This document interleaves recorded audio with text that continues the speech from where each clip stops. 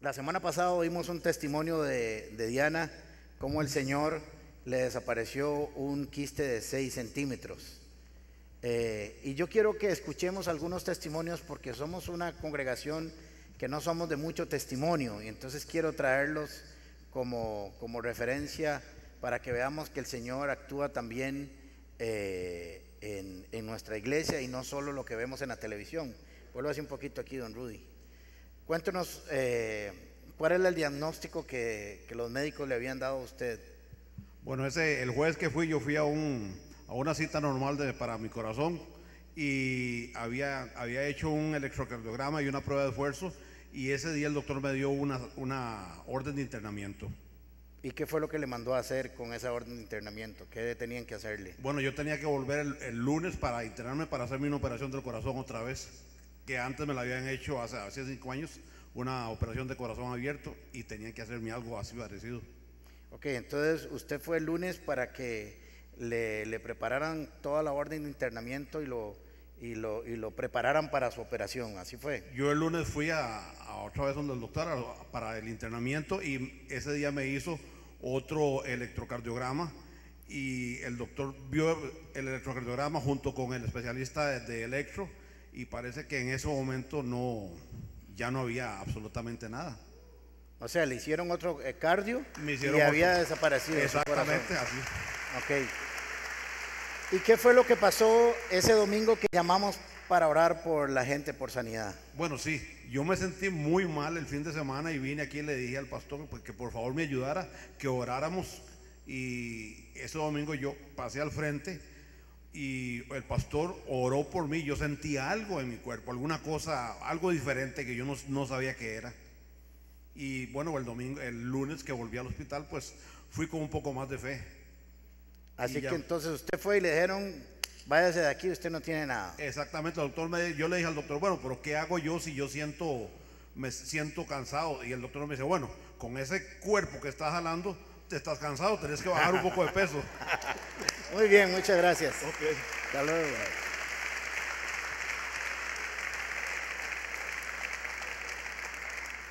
Yo les conté que don Rudy peleó en Vietnam, ¿verdad? Y conoció al Señor de una manera muy interesante detrás de un árbol leyendo la Biblia. Sé que un día nos va a contar su testimonio. Muy bien, diga conmigo: me dispongo a ser enseñado y amonestado con el propósito de presentarme maduro delante del Señor. La gracia del Señor a las puertas y el carácter las mantiene abiertas. Durante 4 fines de semana hemos estudiado el tema de lo sobrenatural, milagros, y aprendimos algunos aspectos que espero que hayan sido de bendición para su vida. Vimos aspectos teológicos de lo sobrenatural o de los milagros, prodigios y señales, su propósito, su finalidad, elementos, requisitos y la relación que debemos de tener con ellos. Y algo que quiero recalcar antes de terminar esta serie, que hoy vamos a ver la parte número 5 de las mismas, y es que recuerden lo que les he enseñado. El milagro no es lo importante, es el Dios de los milagros. Si nos quedamos con el milagro, podemos perder lo mejor de nuestra relación con Dios. Siempre Dios va a estar, el milagro va a pasar, pero Jesús siempre va a permanecer, y es con Él que tenemos que aprender a tener nuestra relación, y que las señales siempre señalan a alguien, y es a Jesucristo. Todo prodigio, toda señal, todo milagro siempre va a señalar a Jesucristo, o al menos debería señalarlo para todos aquellos que los enseñan. Pasamos por el Nuevo Testamento con los milagros de Jesús, pasamos al Antiguo Testamento, y hoy vamos a ver y a estudiar el primer milagro del libro de los Hechos, la época post-Cristo. Ya Cristo ha ascendido y les ha dejado una encomienda a sus discípulos, que por si acaso no solo ellos eran sus discípulos, nosotros debemos ser sus discípulos y somos sus discípulos hoy en día en la tierra. Hechos capítulo 3 versículo 1. El jueves terminamos la Comu Leyendo. ¿Quiénes lo hicieron todo el programa la Comu Leyendo? La idea era que nos hiciéramos de una cultura de lectura, pero nos emocionamos mucho al principio, y entiendo, solo Margarita posteaba 24 veces al día, según las estadísticas de la Comu Leyendo. Se tomó fotos hasta con el león de la sabana, ¿verdad? Hasta él le leyó la Biblia. Muy bien. Así que hoy precisamente tocaba para los que continuaron con el proceso con Hechos capítulo 3, no es coincidencia. Dice Hechos capítulo 3 versículo 1, Pedro y Juan subían juntos al templo a la hora novena de la oración. Eso es las 3 de la tarde, la hora del sacrificio, del incienso. Era la hora más importante de las 3 horas de oración que habían. Y era traído un hombre cojo, aquí dice cojo, pero otros dicen paralítico, de nacimiento, a quien ponían cada día en la puerta del templo que se llamaba La Hermosa, para que pidiese limosna de los que entraban en el templo. Cuando vio a Pedro y a Juan que iban a entrar al templo, les rogaba que le diesen limosna. Obviamente, para eso había estado puesto ahí, o para eso lo habían puesto ahí. Pedro con Juan, fijándose en él los ojos, le dijeron, míranos. Entonces él les estuvo atento, esperando recibir algo de ellos. Mas Pedro dijo, no tengo ni plata ni oro, pero lo que tengo te doy. En el nombre de Jesús de Nazaret, levántate y anda. Y tomándole por la mano derecha le levantó, y al momento se le afirmaron sus pies y sus tobillos, y saltando se puso de pie y anduvo un rato medio mal, pero después se alineó y entró con ellos en el templo, andando, saltando y alabando al Señor. Y todo el pueblo le vio andar y alabar al Señor. Milagro y adoración. Y le reconocían que era el que estaba sentado, el que se sentaba a pedir limosna en el templo, en la puerta del templo de La Hermosa, y se llenaron de asombro y espanto por lo que estaba sucediendo. Aquí tenemos la historia de un hombre, dice en el Hechos 4:22, que era un hombre que tenía 40 años de estar así. No era que se había quedado paralítico hace poco tiempo. Era un hombre que había nacido desahuciado por la sociedad. Había sido desechado tal vez de alguna manera por su condición espiritualmente, emocionalmente, moralmente. Su autoestima tal vez estaba en menos, quién sabe cuántos grados. Era una visión horrible para esa época y para cualquier época. Aunque su situación es real, este hombre representa también a la humanidad. Representa de alguna manera a usted y a mí y a toda la humanidad que no se ha encontrado con Dios. Representa a una nación, a un pueblo, a todo un universo, a un mundo de personas que están paralíticos espiritualmente. Cerca de la religión, pero lejos de Dios. En la puerta del templo, pero no adentro. Escuchando y sabiendo lo que pasa adentro, pero sin que sean afectados por lo que está pasando ahí. Este hombre representa a la raza humana que ha estado muy cerquita, pero no ha estado adentro. Este hombre representa a aquella gran generación de hombres y mujeres que han querido buscar un favor, pero no de Dios, sino de los hombres. Este hombre fue sentado durante años en el templo, pero no para esperar algo de Dios, sino para esperar algo de los hombres que asistían al templo. Y esto también tiene que ver con algunos de nosotros que estamos aquí. Algunos de nosotros hemos estado aquí en el templo, pero paralíticos espiritualmente. Hemos estado aquí muy cerquita de Dios, pero no relacionados con Él. Sabemos lo que pasa en el templo, pero no nos afecta lo que pasa en el templo. Este hombre representa a todos aquellos que esperan en el mundo su respuesta en lugar de esperarla en Dios. Y es importante que recapacitemos, porque la necesidad y la incapacidad nos llevan muchas veces a estar no en el lugar que tenemos que estar, sino en el lugar donde la necesidad y la incapacidad nos llevan. Este hombre no era que quería estar ahí, era que no le quedaba otra que estar ahí. Este hombre no iba, lo llevaban. Y muchas veces nuestras necesidades y nuestra forma de pensar y nuestra parálisis espiritual no nos permite ir al lugar que queremos, sino solo donde el mundo nos lleva. Había sido puesto ahí para pedir limosna y no podía esperar nada más de los hombres. Estaba muy cerca, oía los cantos, oía la oración, sabía de los sacrificios que pasaban en el templo, pero no lo afectaban a él. Estaban en el lugar donde el orgullo ya no tiene valor. Y muchas veces es el mejor lugar donde nos podemos encontrar. Tal vez sea la única forma de encontrarnos con el Señor.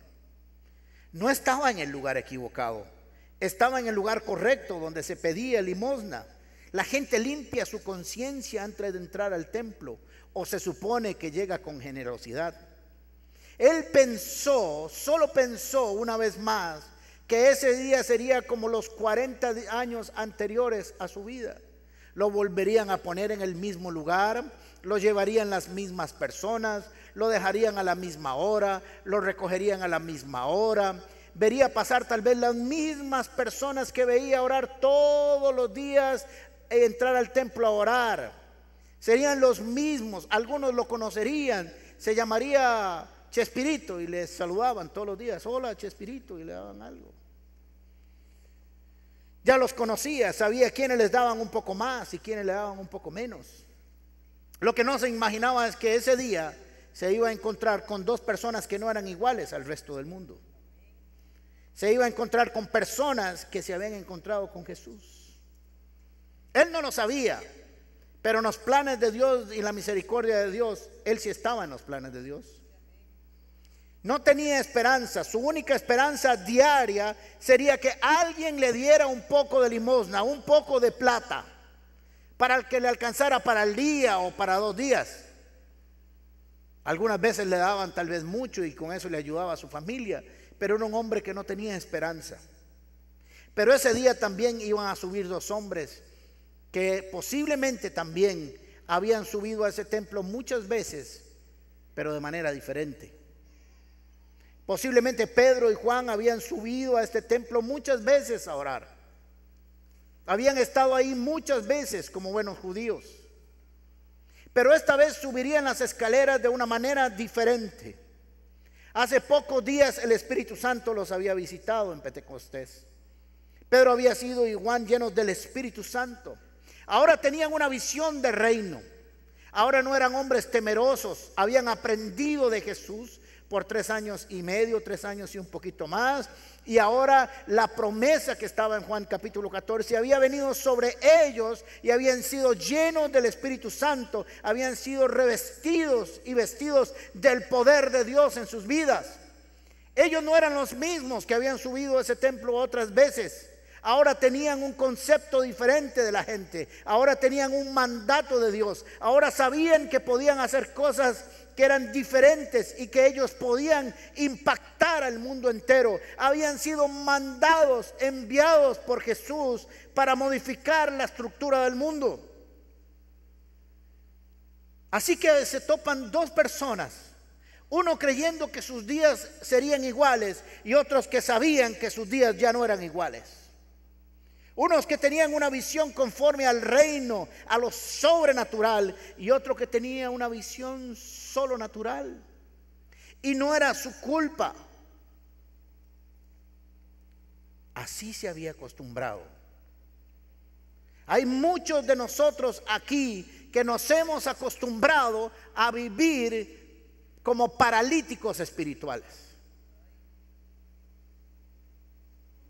Nos hemos acostumbrado a la religión, a hacer lo mismo domingo tras domingo.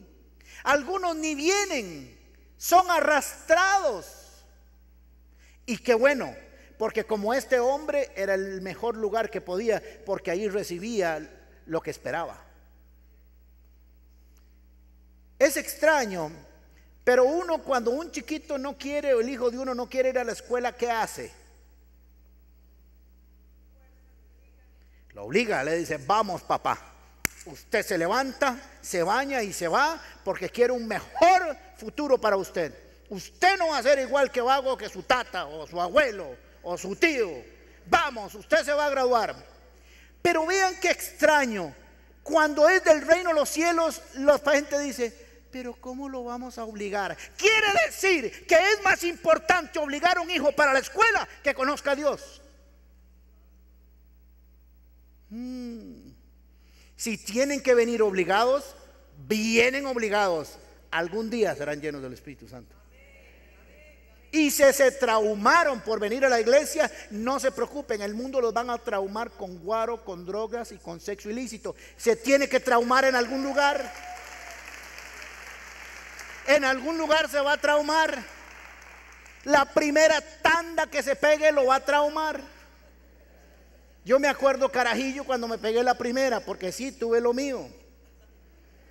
Me sentía, bueno, todos ustedes saben cómo me sentía. ¿Para qué les voy a contar? Algunos de ustedes tienen maestría en eso.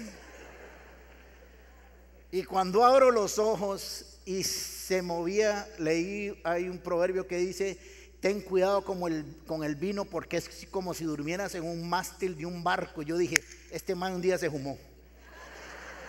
El proverbista se metió un tandón. Exactamente igual. Y me levanto así y veo a mi mamá así.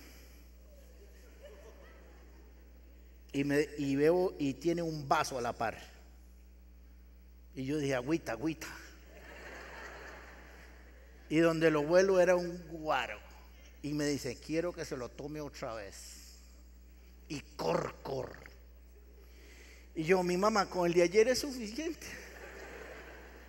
Se lo va a tomar otra vez. Y prum, al baño.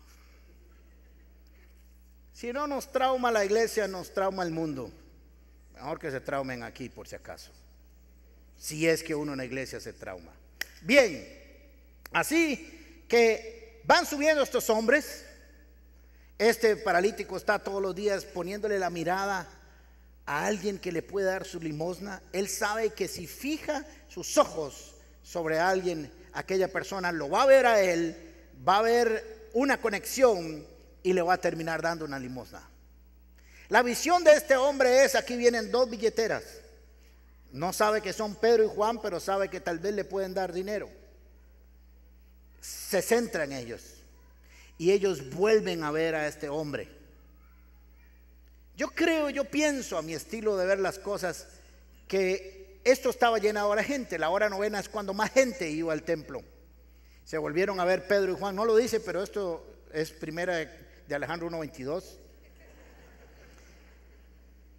Y se volvieron a ver y se dicen, vamos con este, vamos con este.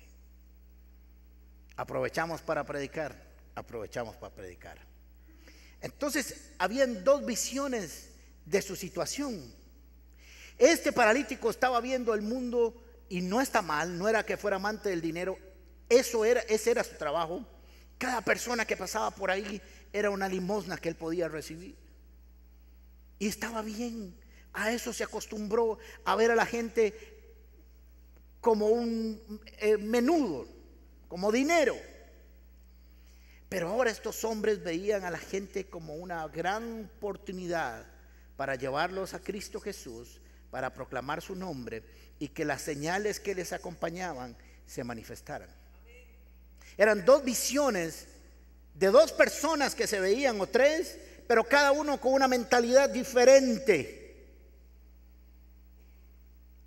Pedro y Juan volvieron a verlo y le dijeron, míranos, ponnos atención. Aquel hombre se quedó mirando y posiblemente dijo, 50,000 cañas por lo menos.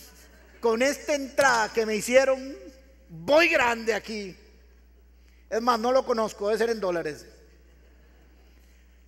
Míranos, ponga atención.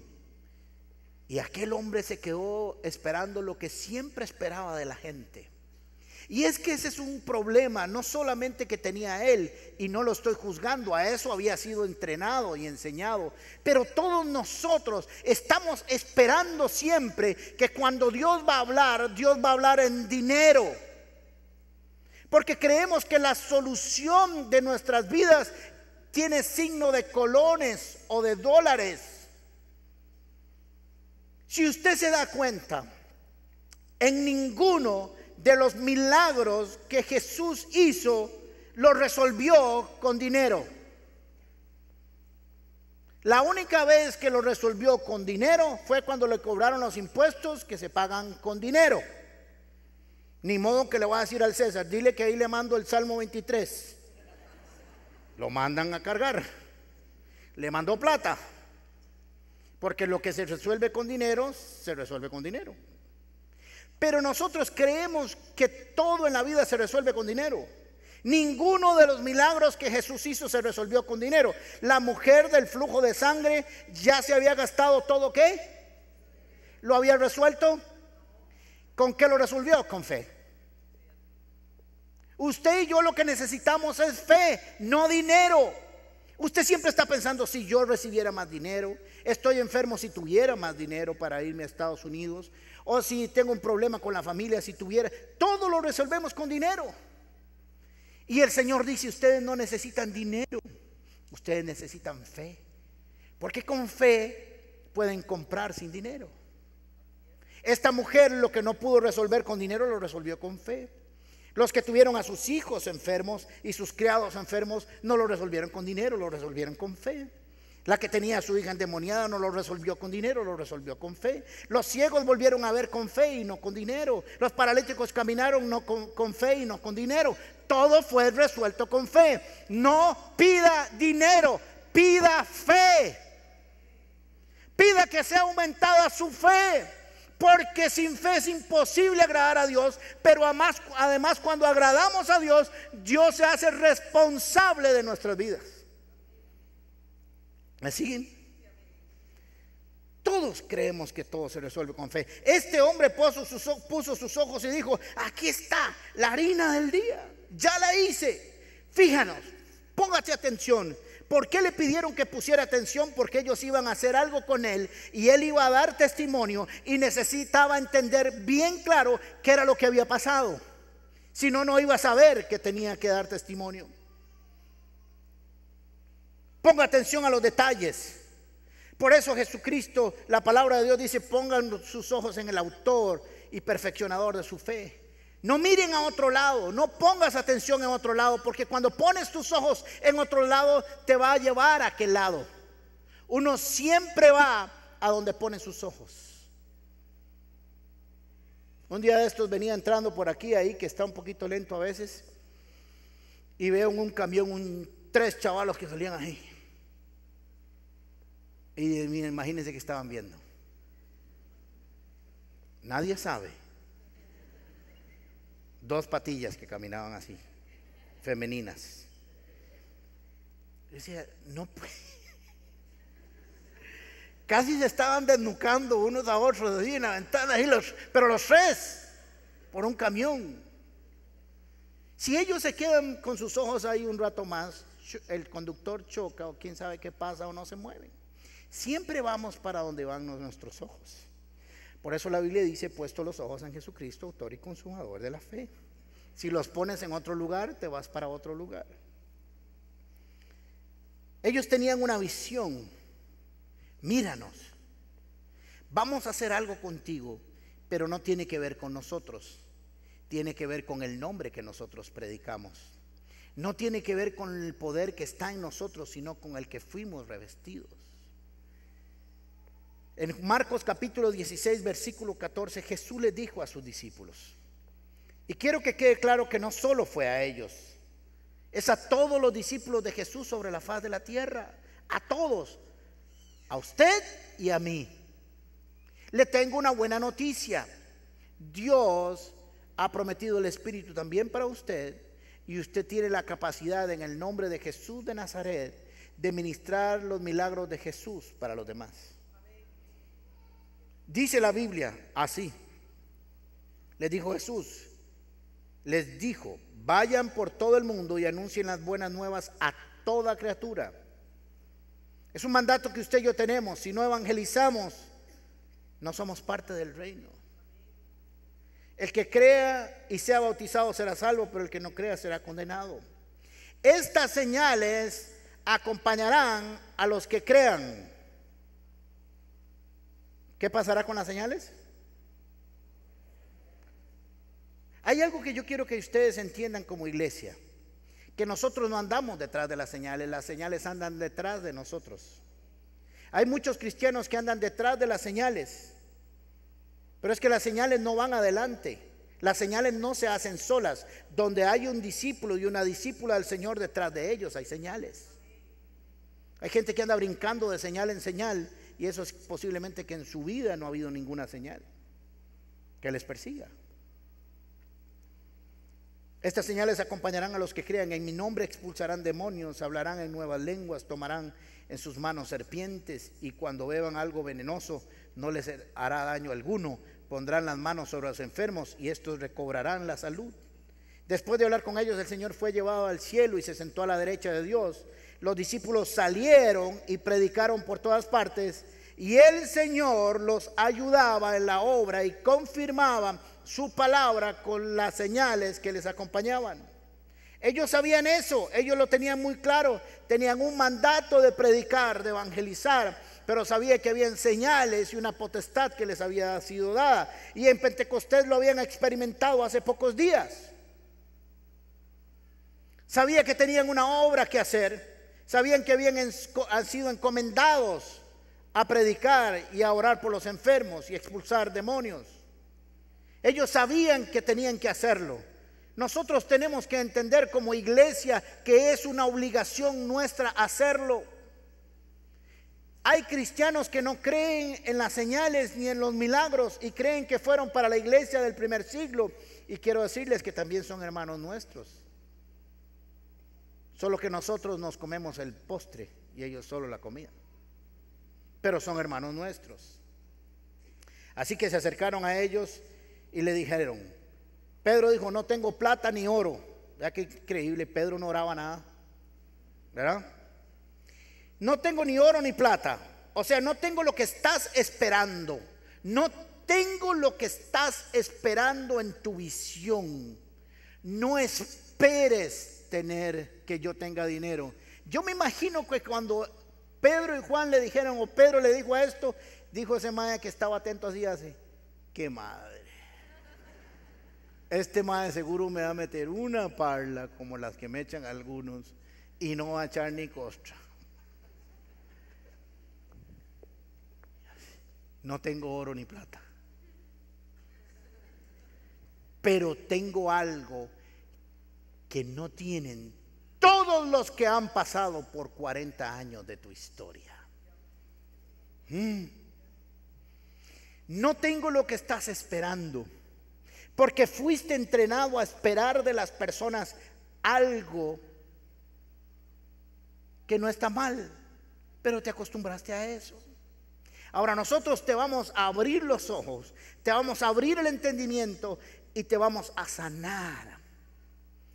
Y le dijeron, ponga atención, en el nombre de Jesucristo de Nazaret. Y era intencional la forma en que lo hicieron, porque eso fue lo que despertó la ira del Sanedrín y de todos los que estaban en el templo, que Jesús de Nazaret, a quienes ellos habían enjuiciado y crucificado, seguía haciendo su obra.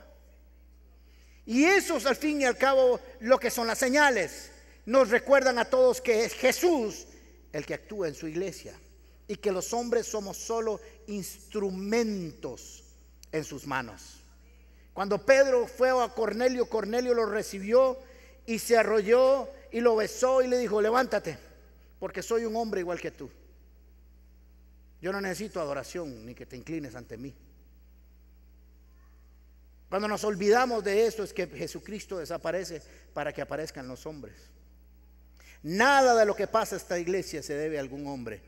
Se debe solo a la gracia, el poder y el respaldo del Señor Jesús. No se debe a ningún hombre. Aquí ningún hombre se lleva la gloria. Así que saltando se puso de pie y anduvo y entró entre ellos en el templo, andando y saltando y alabando a Dios. Ya Isaías 35 había dicho, entonces el cojo saltará como el ciervo y cantará la lengua del mudo, porque las aguas serán cavadas en el desierto y torrentes en la soledad. Se estaba cumpliendo la profecía también de Isaías. Seguía el Mesías actuando entre su pueblo. Pero lo más importante es que dice que todo el pueblo, en el versículo 9, lo vio andar y alabar al Señor. Entró con ellos al templo a adorar. Por años no había entrado al templo. Por años su parálisis solo le había permitido llegar hasta la entrada del templo. No sé cuántos de los que pasaron por ahí dijeron, ¿por qué un día en lugar de dejarlo en la puerta no le permitimos llegar hasta adentro? Interesante, ¿verdad? Porque los hombres tenemos una visión corta acerca de la parálisis, de la enfermedad, no solamente física, sino de la enfermedad. ¿Cuántas iglesias rechazan a las personas porque primero les dice, aquí no aceptamos pecadores? Yo les tengo una mala noticia a algunos: aquí estamos los pecadores más grandes sobre la faz de la tierra, que hemos decidido seguir a Jesucristo y cambiar obviamente. Si usted vino a una iglesia de gente perfecta, se equivocó. Tendría que ir a buscar otra, porque aquí estamos los que estamos luchando en el espíritu para ser transformados conforme a su palabra. No es que somos carebarros y nos quedamos ahí, solo que reconocemos nuestra condición y que Dios nos puede cambiar.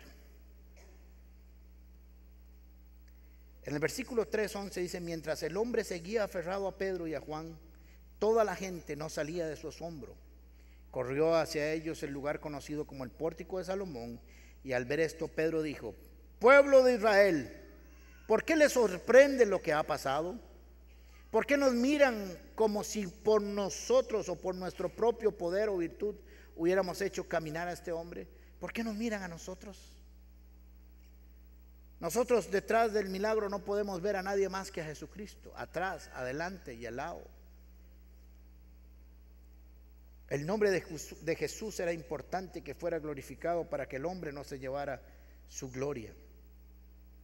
Y quiero decirles que en el capítulo 4 de Hechos, versículo 4, dice que 5,000 personas decidieron creer en el nombre de Jesús de Nazaret como Señor y Salvador. ¿Se da cuenta? Las señales no son importantes por sí mismas, sino terminan señalando a Jesucristo. Pero yo tengo un llamado para usted hoy y quiero que cierre sus ojos, así como Pedro le dijo y Juan le dijeron a este hombre que los abriera. Yo le voy a pedir que los cierre a usted.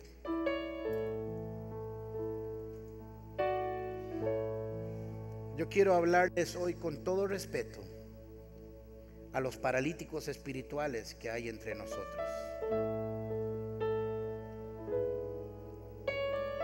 Aquellos que por años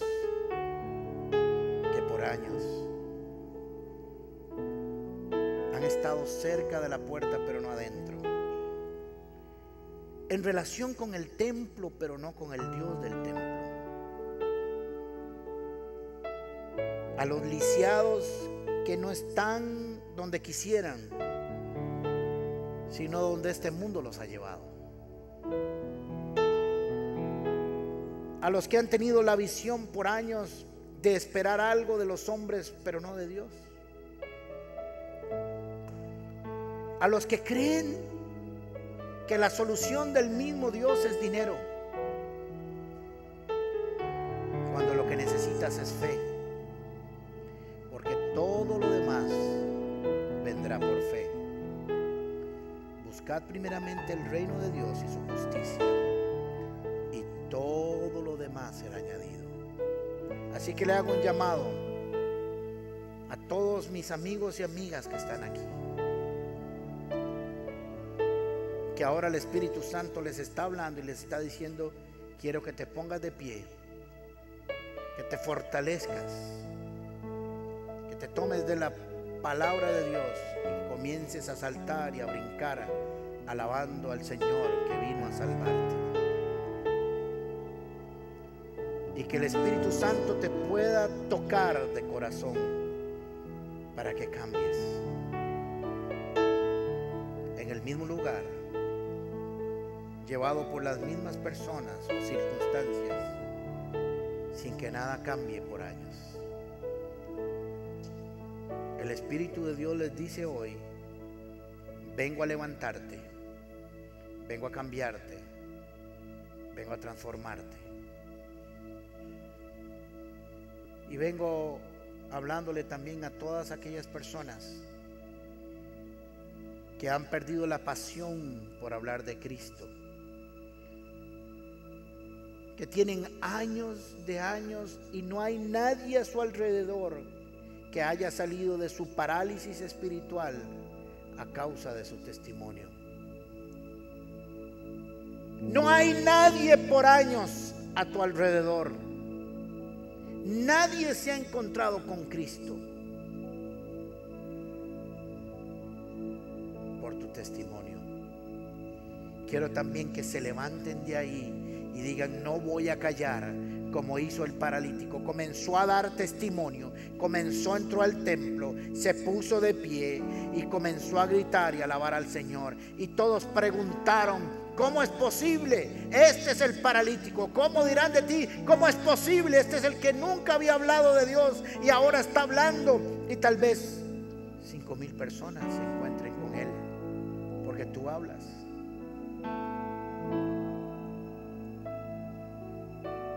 Es necesario que te levantes hoy, porque cuando lo hagas será evidente el milagro de Dios en tu vida y muchos creerán en Jesucristo.